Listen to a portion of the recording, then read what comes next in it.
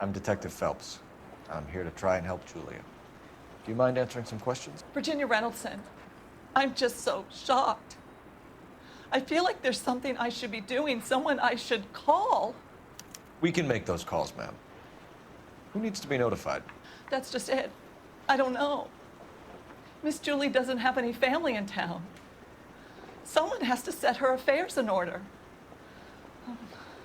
Mr. Henderson, maybe? Who else is there? I don't know. If you give the details to the other detectives, ma'am, they can try and get in contact.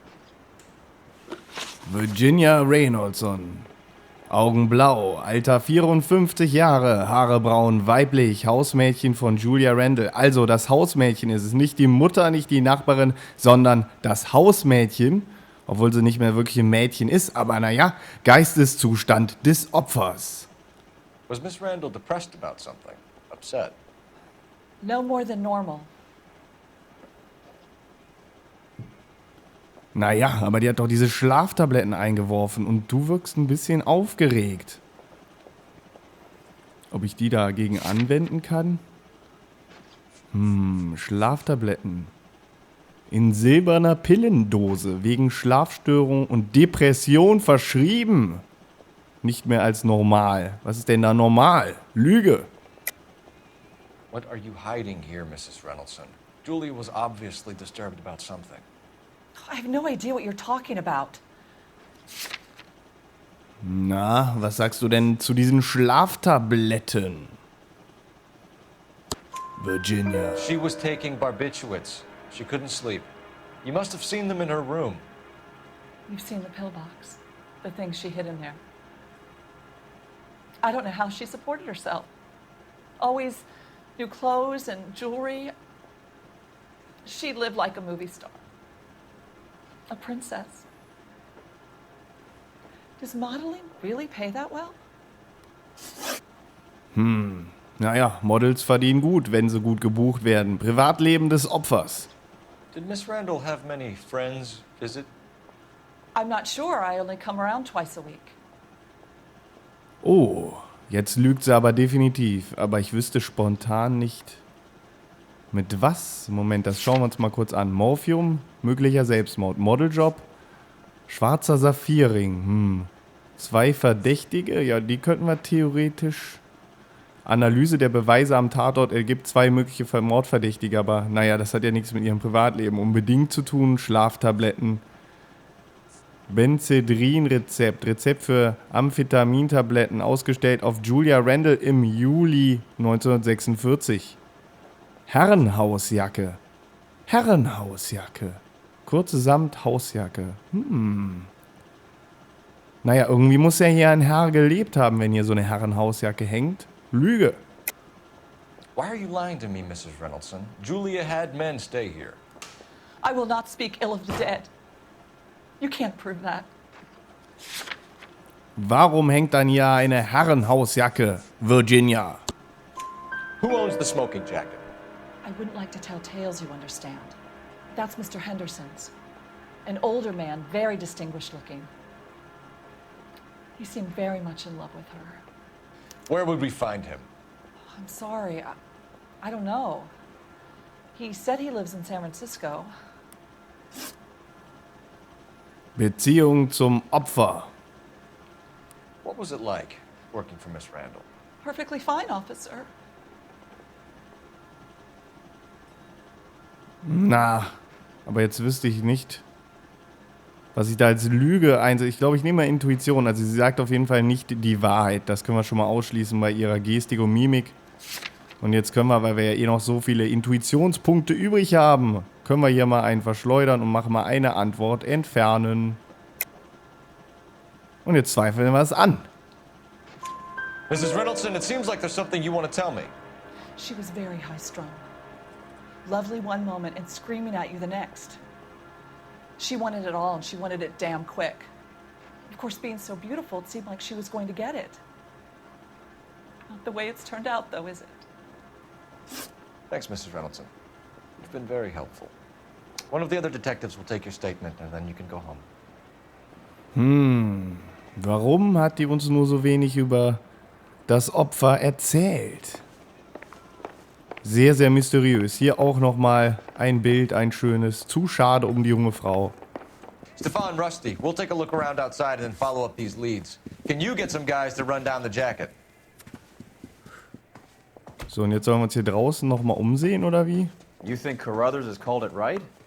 He rarely gets it wrong. I don't know. I'm with Galloway. I've met enough girls in my time who can't handle their dope.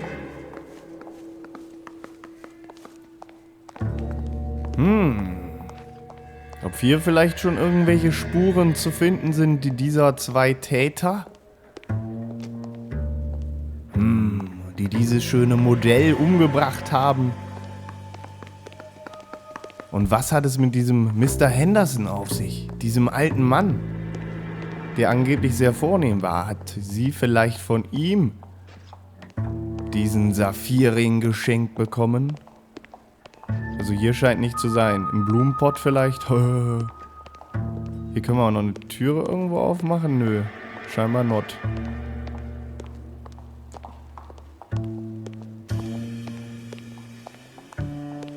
Ne, hier ist nix. Also hier scheint wirklich nichts rumzufliegen. Ah, was war das? Der Mülleimer. Was sehe ich denn da drinne? Ach nee. Das ist doch Morphium bestimmt, oder? Injektionsspritze. Mal will be pleased. Well, that's hardly conclusive, given the number of those things we've come across recently. The autopsy will confirm it one way or another. I think our work is done here. Sie haben eine Trophäe verdient, eine hübsche Leiche. Gut, haben wir jetzt hier alles gesehen? Fragen wir mal den Roy, diesen Blödmann. What do you think? The doctor was prescribing enough pills to stop a horse. Maybe we should pay him a visit. Ja, dem Doktor einen Besuch abstatten, das wäre vielleicht gar nicht so verkehrt. Wir müssen natürlich auch noch zu diesem Klamottengeschäft. De Assin oder wie das hieß. Ist ganz schön verzwickt, diese ganze Angelegenheit. Also den schnappen wir uns natürlich jetzt nicht, den Streifenwagen, sondern wir nehmen hier Roy Earls Chevy.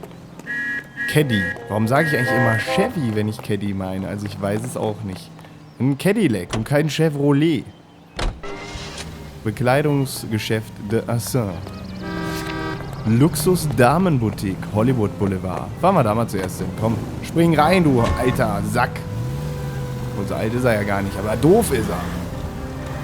Jeder, der das Hauptspiel Let's Play gesehen hat oder jeder, der das Hauptspiel selber gespielt hat, wird wissen, wieso. Almost brought a tear to my eye. They're good police. How would you know? You got promoted so fast you barely had time to learn their names. Let me fill you in. Bukowski's a pushover. Galloway's a drunk. You son of a bitch! Naja, das wollte ich dem Roy gerade mal heimzahlen. Und nochmal hier, komm. You could learn a thing or two from both of them. Please. They couldn't work a vice case if their life depended on it. I don't see why they'd be any better or worse at it than me. I noticed you said better. Hubris disguised as humility. Kind of your trademark, don't you think? Why do you always twist everything? Galloway's got nothing to prove. He's been on homicide for years. And he's welcome to it. You're a terrier, Phelps, and that's what I need. Not some old bulldog who can't get up a flight of stairs without coughing up his lunch. So, und jetzt wollen wir noch ein paar Crash machen nach diesem ernsten Gespräch rund um Galloway, Rusty Galloway. Dem Partner beim Morddezernat, der jetzt mit Stefan Bukowski zusammenarbeitet. Und da haben wir auch schön noch ein Kofferräumchen mitgenommen. Ja, und du kommst auch noch dran hier. Pam! Auffahrunfall. Der feinsten Sorte. Ist auf jeden Fall der Auffahrer schuldig. Und jetzt ab rein hier. Ja, wir dürfen das. Das ist nur die Möhre von Roy Earl. Diesem alten Drecksack. Diesem Schuft. Diesem Tu nicht gut.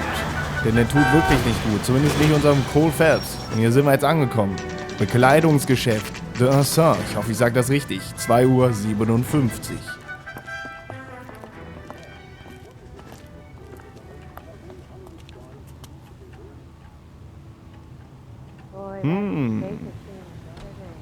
Guten Tag, junge Frau. Hier scheinen so einige hübsche Ladies einkaufen zu gehen, also nicht der schlechteste Platz zum Verweilen. Well, hello. What can I help you with today? Guten Tag, wir haben ein paar Fragen. LAPD, ma'am. I hope I haven't done anything wrong. No, ma'am. We're making some inquiries about Julia Randall. Does she work here? No, I had to let her go. Is she in some sort of trouble?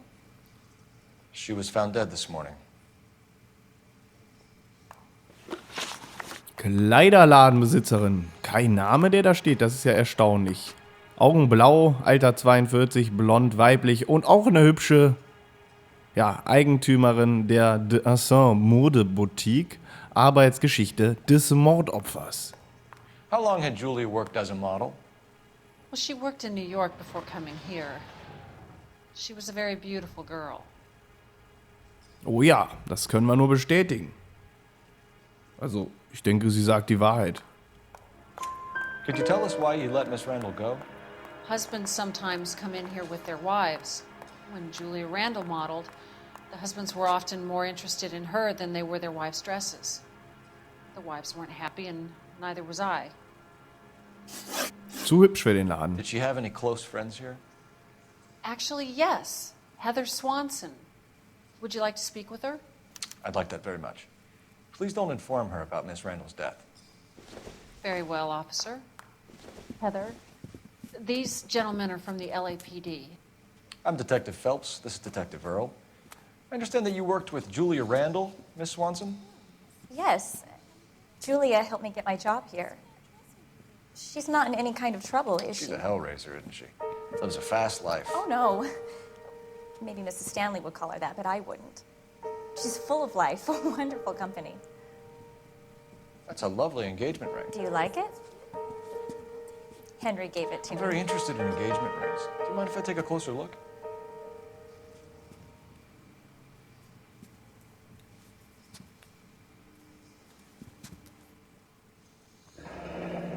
That's some pearl, Miss Swanson. Would have cost Henry a fortune. He must really love you. Ein ähnlich teurer Ring, wie ihn Julia Randall, das Mordopfer, hatte. Und das ist jetzt Heather Swanson. Augenbraun, Alter 22 Jahre, Haare braun, weiblich. Modell und Freundin von Julia Randall. Beziehung zum Opfer. How did you meet Julia? I was introduced through my fiancé, Henry Arnett. Na, das glaube ich dir doch mal, liebe Heather. Henry Arnett. Neue wichtige Person. Henry is your beau. Tell us about him. Yes, he is. Henry has a fashion business. He and Julia have been friends for years. Mensch, die Gestik und Mimik ist echt sowas von klasse gemacht. Das muss ich jetzt auch hier bei unserem letzten Fall nochmal anmerken. Wirklich super. Wissen über Mr. Henderson. Are Miss Randall and Mr. Henderson engaged? Who's he? Sie guckt sehr stark geradeaus. Ich denke, sie sagt auch hier die Wahrheit. Ein wirklich nettes Mädchen, diese Heather. She was wearing a sapphire engagement ring. Someone must have given it to her.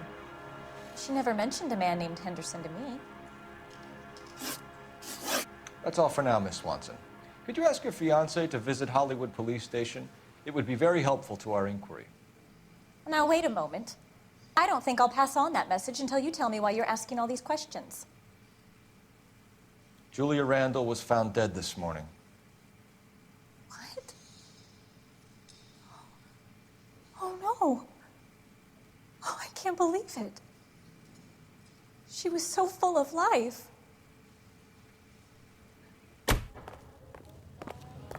Jetzt nicht mehr. Leider.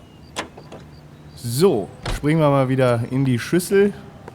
In unser Fahrzeug hier. Und dann, wo fahren wir denn jetzt mal hin? Ich schau mal kurz in unser schlaues Büchlein. Vielleicht mal zu diesem Doktor. Bei unserem Fall die nackte Stadt. Dr. Stonemans Praxis. Und der ist ganz schön stoned, der Doktor. Denn er verschreibt ganz schön viele Pillen und ganzes Gedöns, Amphetamine und Co.